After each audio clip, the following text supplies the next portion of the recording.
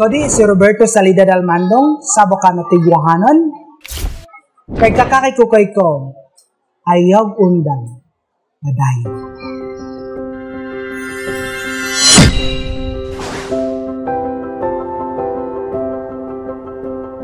Ang akong edad karon is 35 years na, 35 years old na. Sa akong mga previous na kuan is grabe na akong struggle in terms sa akong pag-eskwela, but kanang nakasurvive. Ko yung tribo is Tigwahanon. Tigwahanon tribe ko diri sa San Fernando. Isa-isa gid na ko akong kaagi sa unang panahon. Karon na nga panahon na ay kinder. Sa una nga panahon pa namo sa nagsugod pa gid ko eskwela wa gyud kinder. Grade ko grade 1 at the age of 7 years old before. Wala mi balay sa sentro. Sa bukid ni duha ka bungturan amo ang bukid na among lakason aron nga makaadto sa eskwelahan. Tapos akong ginikanan pobre kaayo. Of course, ang pagkaon is bigas mais. Tapos, abot pa sa eskwela sa nga, mabuli pag yun eh. Wala yun nakababag sa akong kagustuhan na gusto yun ko na eskwela. Nagsugod ko working student na ko at the age of 12. Grade 4 ko.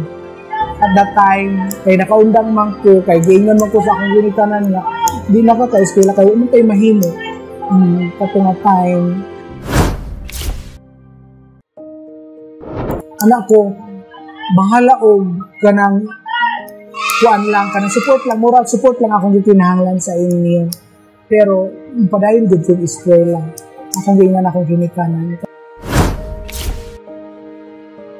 Nahuman ako ang grade 4 na naka-discover sa ako kay nagaganahan po siya, di lang sa ako ipangambog kay first honor, magod ko consistent sa elementary ko. Tapos, dalon ko og Valencia. Kay dito ko ipa-eskwela og grade 5. Ug tuon man, gidalagid ko nila, gidala ko atong nag-workingan akong ako ra pong iyaan, akong uyuan. Gidala ko Valencia, ug dito ko na grade 5. 1 year, nahuman gyud na ako ang 1 year. Giingan ako ko sa akin rewarding nga, dili na daw sila mapasalig ipa-eskwela sa ako. Sakit kayo sa ato nga time, pero anak ko, dili ko gusto nga makaundang kong eskwela. Kung sa akong gihimo, nag-adto gyud ko o kana akong gikuha akong cardaan. Sa akong una-una nga tingala pag kung ano na ako huna-hunain ato akong gihuna-una. Gikuha na ko akong card, gidala-dala na ko akong card. Tapos ang 4137 is ako nauna pag i-request sila man na ang 4137 school to school man ang request. So pwede na maulahi. Then naglakaw ko. Ato na kong Marawi City, nanimpad ko. Then ako una-huna ato nga tayong wa ko ilang gihuna-huna. Makasulod lang kong trabaho mo, hangyo ko sa akong amo nga mag-eskwela gyud ko. Pero kato nga time sa Marawi City, wala ko nag-stay dito. After one week, gidala ko sa Manila. Then hangyo gyud ko sa akong amo nga kuya akong tawag. Kuya, pwede ko mo eskwela. Ano siya, unsa may mong proof? Ano siya? Unsa imong proof nga magkuan ka eskwela ka, wa man kay card. Kuya, na ako'y dala. Anak ko, kato nga time, happy kayo ato kayo ko siya nga. Bisagod sa daw kung ano basta kanang gusto mong kakong eskwela. So, bisagod sa daw kong himuon, supportahan niya. And, murag plano na gyud sa Ginoo nga inato akong mabtan. Kay, murag giandam na gyud niya. Kay, ingon mong gyud siya nga, sige pa eskwelahon taka, bisagod sa imong gusto, pa eskwelahon taka. Ug tuod man, dito ko na grade 6 sa Graciano Lopez Haina Elementary School sa Manila, sa Sampaloc. Now na nasa ako ang hopeful kay ko nga nako sa apartment sa akong amo sa una. Maglantaw ko kay third floor man ni, maglantaw ko dito nga na yung mga naka-uniform. As in, mamag yun ako gihulaw na sa una. Nga, nako makalantaw ko sa ibang baklay ba nga mga nag-uniform, dayon na mga naka-formal yun attire na kung kani sila nun ang opisina ni how ako ka ba na pag-get chance ani anak ko katunga time.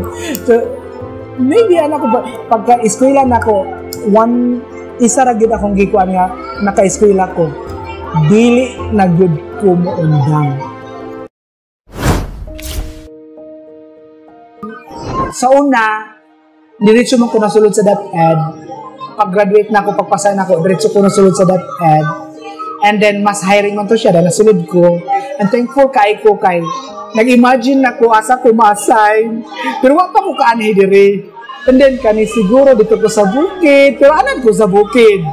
And then, pag-abot, kung tuod man, kani siya, bare kayo ni, wala pa yun eh, kayo. Wala pa ni, makeshift lang amo ang classroom sa una. Pero nasa babaw ka ng diha, sa babaw nga flat diha, mao na makeshift diha nga kahoy, purely kahoy tanan. O na, so way back 2016, mo pa ipaganin ako dire. And then, kanang nakita ko na ko ang community nga need gyud sila og education. Number one gyud nako nga kuan karon is mag-una ko na promote as school head teacher 1, school head sa Salumayag Tugan Integrated School. And then ako na po ang nakapa-IS ani.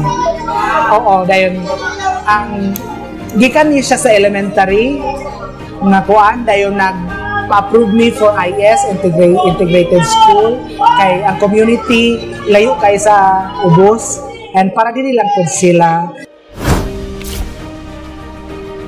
kanit mga lumad magpadayon kami sa among pangandoy sa among community, pangandoy po sa among pamilya ug sa amo ang sunod nga henerasyon.